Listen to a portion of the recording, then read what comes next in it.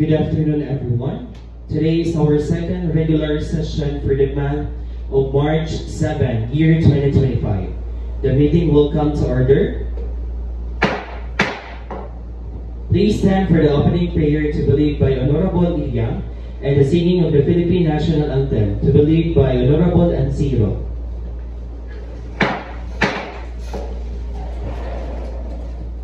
Let us pray. Heavenly Father, we came before you with gratitude for this day and for the opportunity together. Thank you for the wisdom, talents, and perspective you have given each of us. As we begin this meeting, we ask for your presence to guide our thoughts and discussion. Grant us clarity, patience, and understanding so that our discussion may be wise and our work fruitful. Help us to work together with respect, integrity, and a spirit of collaboration. May this meeting be productive and aligned with a greater good. We ask for your blessing upon each person here and the work we do.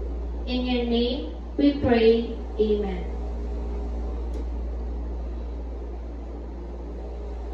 Mga kababayan, ang pambansang awit ng Pilipinas. Hayang mag-ibig, sa silanganan, alam ng puso, sa titik mo'y buhay, upang ihirang, ito ng mag-ibig, sa manlulungin, di ka pasisingin, sa nalagang tulog sa simulan, sa langit kong pagaw, ay nilatang tulad, ang isang pagayang minamahal, ang isang matawag mo'y natumpay na nagkikinig, ang ituloy na araw niya, kailan ang hali magkikinig, lumalang araw ng warhating pagsika, buhay langit sa piling mo, ang ligaya na pagkay manapit, ang mamatay ng dahil sa'yo. Please be seated.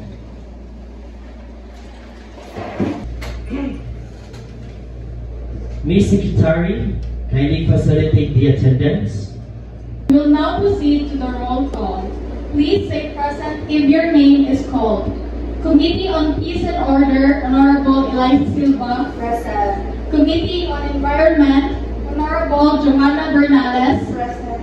Committee on Information, Honorable Laika Ansiro. Present. Anti-Drug Abuse Council Representative, Honorable Justine Mabangis. Present. Committee on Agriculture, Honorable J. Ann Certifico. Present. Committee on Health, Honorable Susel Iliang. Present. Indigenous People Representative, Honorable Queen Dulay. Present. SK Chairwoman, Honorable Gladys Manzuela. Present. Our Barangay Treasurer, Miss Angel Luma. Present. Okay, Ms. Secretary, are we in a quorum? Yes, Mr. Chair, we are in a quorum. Alright, I declare the session as quorum. Now, let's proceed to the reading of the previous minutes. Ms. Secretary, can you read the previous minutes?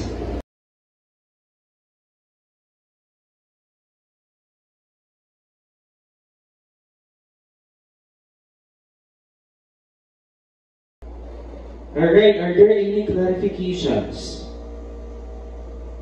Hearing none, who wants to move for the approval of our previous minutes? Mr. Chair, I move to approve the previous minutes. Mr. Chair, I second the motion. Having reviewed the minutes of the last meeting, I declare them approved. Mr. Chair. Yes, you are recognized, Ms. Silva. Mr. Chair, I move to suspend the House rules to allow us to properly welcome and entertain our visitors. I seconded. House rules are now suspended. It is with great honor and joy that I welcome Mr. Christopher, our school principal, and Miss Lovely, our dedicated JKK Youth President to this meeting.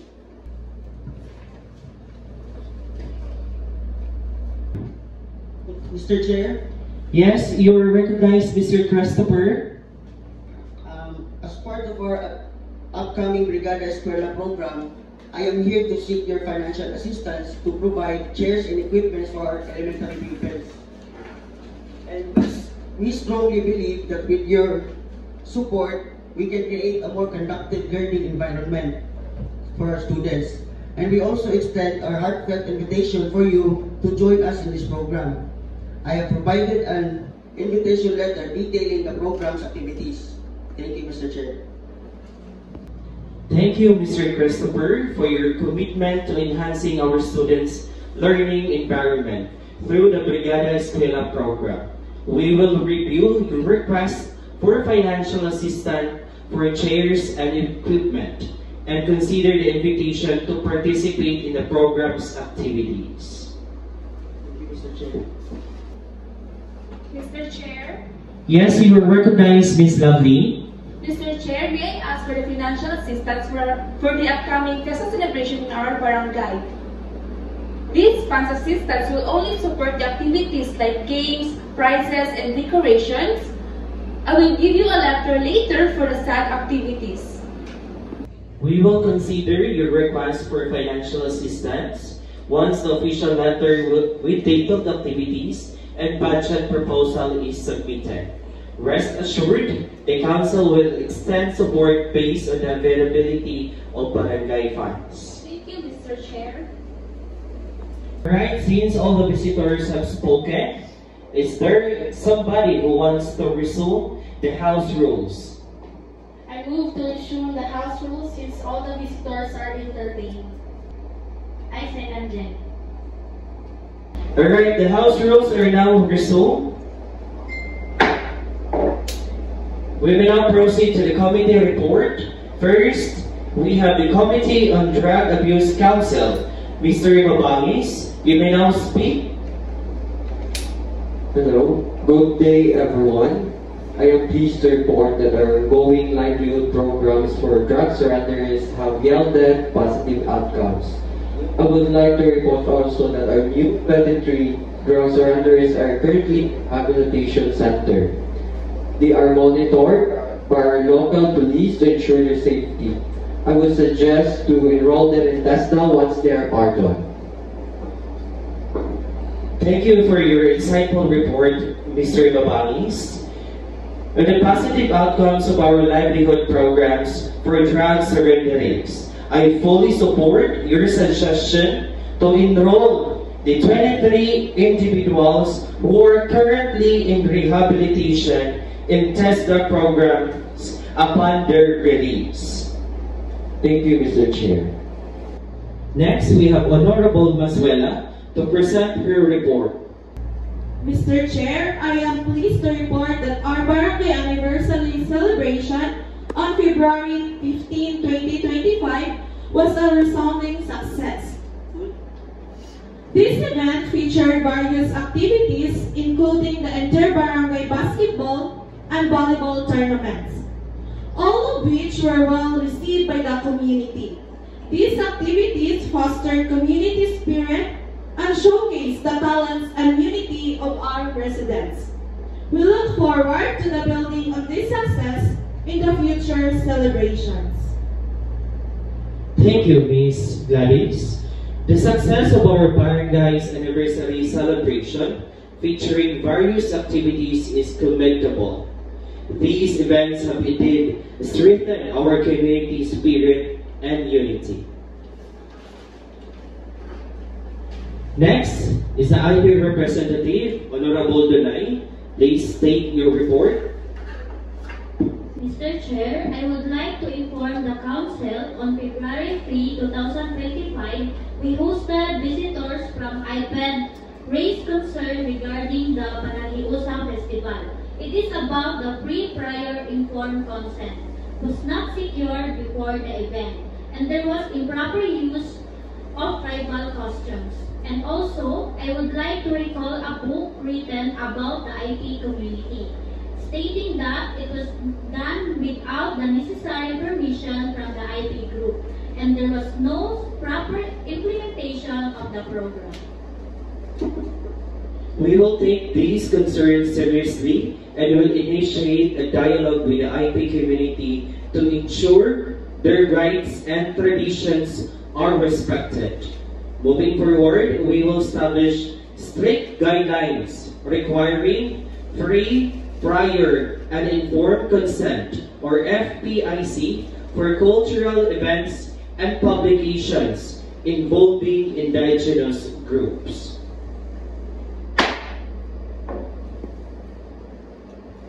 Since there are no other committees who wants to report, let's proceed to the unfinished business. We have Honorable Selva. You may now state your report. Mr. Chair, I would like to strengthen the Barangay Ordinance Number 1, Series of 2025. The strict implementation of curfew hours remains a priority.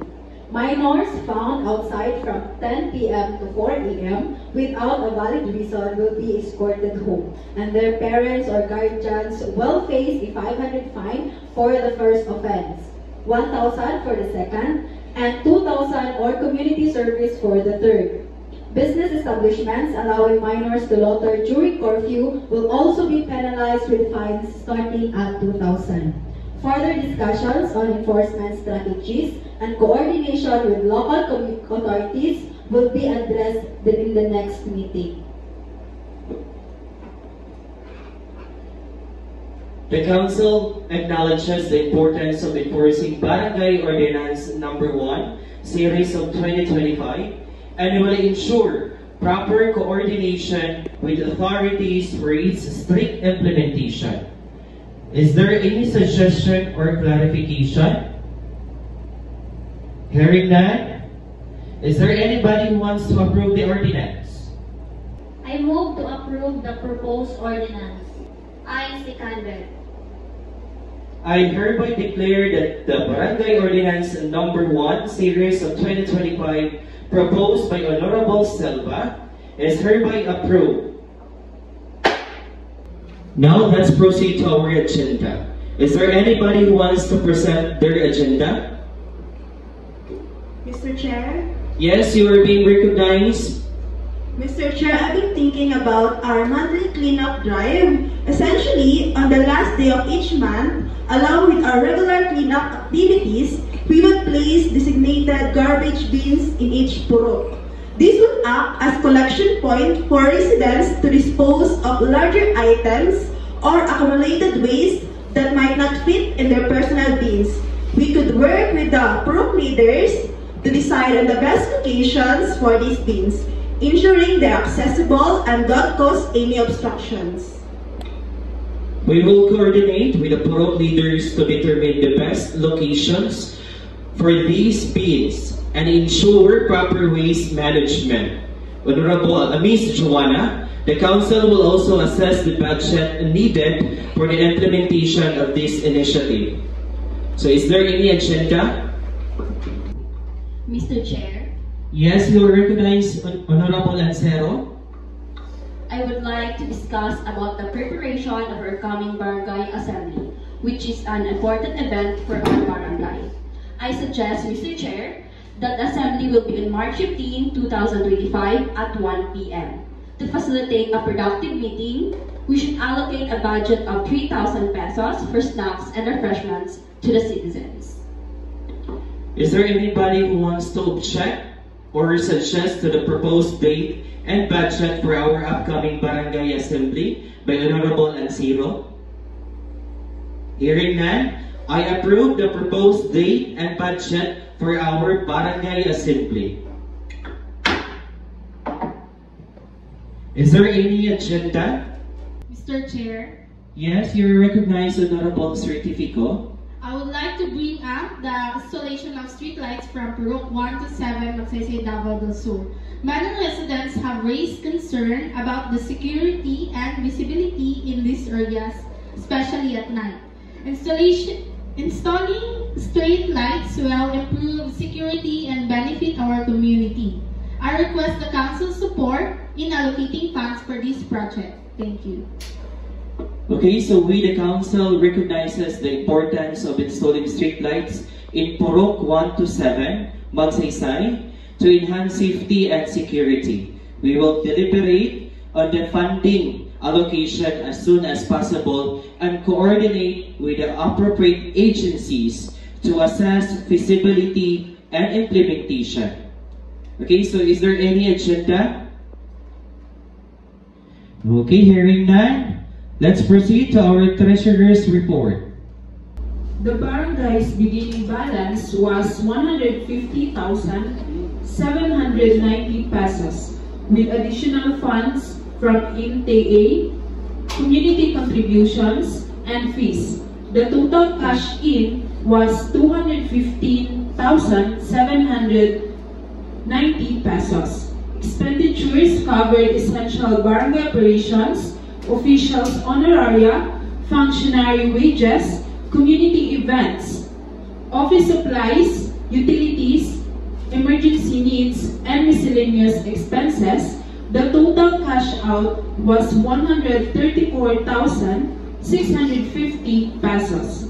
The barangay's ending balance is 81,140 pesos. This report is prepared and submitted for transparency and accountability in the management of barangay funds. Alright, thank you, Ms. Lumba. Any clarifications to the treasurer's report? Hearing none, is there any other matters? Alright, hearing none, who wants to approve and adjourn the meeting? I move to adjourn the meeting. I second it. Alright, the meeting is now adjourned. Goodbye. Thank you, Mr. Chair.